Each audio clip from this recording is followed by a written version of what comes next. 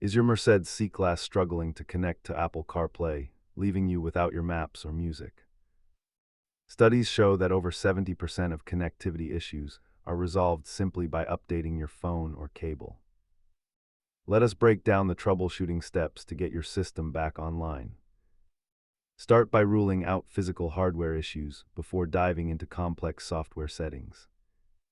Software conflicts are the most frequent cause of intermittent drops in the C-Class infotainment system.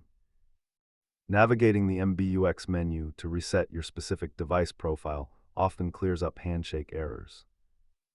Most users find success at home, but persistent hardware failures require professional diagnostic tools. Data shows that the humble charging cable accounts for nearly half of all reported connection problems.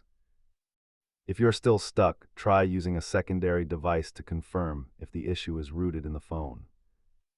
Keep these simple tools in your glove box to troubleshoot connectivity issues on the go. Remember, patience is key when dealing with complex automotive software interfaces. Thanks for watching, and stay tuned for more tips to keep your Mercedes running flawlessly.